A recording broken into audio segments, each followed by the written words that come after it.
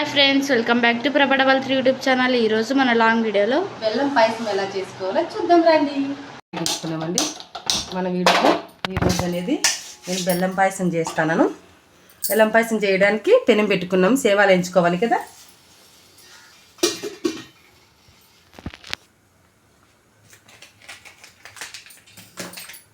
చూడండి, నెయ్యి వేసుకోవాలి, సేమాలు వేసుకోవాలి. ఇప్పుడు వేయించుకోవాలండి.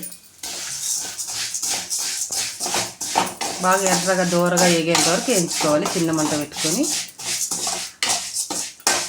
లేకపోతే మాడిపోతాయి. చిన్న మంట పెట్టుకోండి. బెల్లం పాయసం బాగుంటుంది కదా చక్కెర పాయసం కన్నా.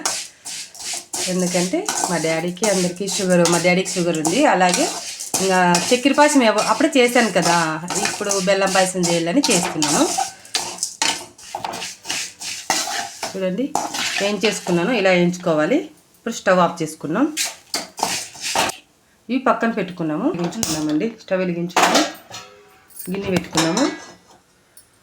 అలాగే ఒక ప్యాకెట్ పాలు పోసుకున్నాము. ఇప్పుడు వాటర్ వేసుకోవాలి దీంట్లోకి మనకు తగినన్ని. ఇప్పుడు వాటర్ వేసుకున్నాం మనం ఇంకా నీగాల్సి ఉంటుంది. బాగా నీళ్ళలాగా ఉండాలి కాబట్టి నేను ఎక్కువ వేసాను. ఇప్పుడు పాలు కాగాలి బాగా. పెద్ద మంట పెట్టుకోండి. చూడండి, బెల్లము బాగా పెద్ద వంట తెచ్చినాం మేము, కేజీ వంట. ఇది ఇలా కోసేసుకొని బాగా మనము పాలన్నీ మరిగినాక వేసుకోవాలి. ఇలా అంతా కోసేసుకున్నాం. ఇలాంటి ఎర్ర బెల్లం అయితేనే బాగుంటుందండి. తెల్ల బెల్లం అయితే బాగుండదు, చిక్కిరిలాగా ఉంటుంది. మా తమ్ముడు అయితే చాక్లెట్ అని తిన్నాడు ఫ్రెండ్. మనకు తెలియదు కదా ఇలా బెల్లం ఇలా ఉంటుందని. ఇలా అంతా కోసేసుకోవాలి. చూడండి, ఇప్పుడు ఇలా ఉడుకుతున్నప్పుడు మనము సేమాలు వేసుకోవాలి.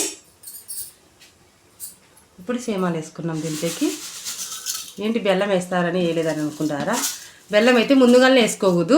బెల్లం ముందుగానే వేస్తే సేమాలు అనేది ఉడకవు.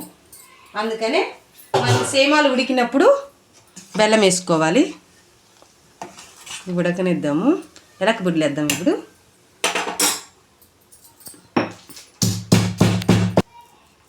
చూడండి, ఎలక బుడ్లు దంచుకున్నాను.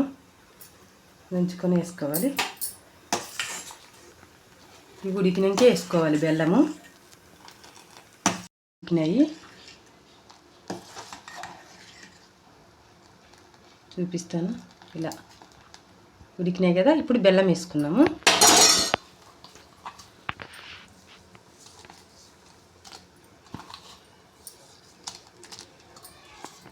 బెల్లం అంతా వేసుకున్నాక కలిదిప్పుకున్నాము. ఒకసారి కరగాలి కదా, బాగా కరిగిపోవాలి. అలాగే చూపిస్తూ ఉండండి. నెయ్యి వేసుకున్నాము. మా పిల్లలకి నెయ్యి అంటే, నా కూతురికి నా కొడుక్కి నెయ్యి అంటే అస్సలు ఇష్టం లేదు. ఇంకా నేను వీడియో కోసం వేస్తున్నాను. ఇవన్నీ కొబ్బరి తురుము వేసుకోవాలి. దీంట్లోకి ఒట్టి కొబ్బరి తురుముకున్నాను, అది కూడా వేసేసుకున్నాము. లాస్ట్లో కొంచెం వేసేసుకున్నాం పైన. మళ్ళీ కలిదిప్పుకున్నాం. ఇప్పుడు కలిదిప్పుకున్నాక బెల్లం బాగా కరిగిపోవాలి. ఇంకొకటి చూపిస్తాను. ఇవి పెసరబ్యాళ్ళు అండి. పెసరబ్యాళ్ళను శనగబ్యాళ్ళు రెండు కుక్కర్లో ఉడకబెట్టుకున్నాను. ఇవి కూడా దీంట్లో వేసుకున్నాం. పెసరబ్యాళ్ళు శనగబ్యాళ్ళు. శనగబ్యాళ్ళు తక్కువ వేసినాం, పెసరబ్యాళ్ళు ఎక్కువ వేసినాం. ఎందుకంటే పెసరబ్యాళ్ళు అయితే సలవ బాగుంటుంది. అందుకని శనగబ్యాళ్ళు కొన్ని వేసినాను. ఇప్పుడు బాగా దీన్ని బెల్లం కరిగేంత వరకు ఒక 5 నిమిషాలు ఉడకనిద్దాం. చూడండి, మన బెల్లం పాయసం అయితే రెడీ అయిపోయింది. చూద్దాం ఎలా ఉందో. చూడండి, ఇవైతే జీడిపప్పు కిస్మిస్ అవి మా ఇంట్లో లేవు. బయట తెప్పిద్దామంటే అంగెళ్తానా ఆడగానే అయిపోయాయంట. ఇంకేం చేద్దాం, అందుకే వేయలేదు. మీరు కాల్చింటి వేసుకోండి. మేమైతే అందుకే కొబ్బరి తురుము. చూడండి ఫ్రెండ్స్, మా పాయసం అయితే రెడీ అయిపోయింది. మీరు ఇలా ట్రై చేయండి. ఓకేనా? Thank you for watching. Bye. Please like and subscribe.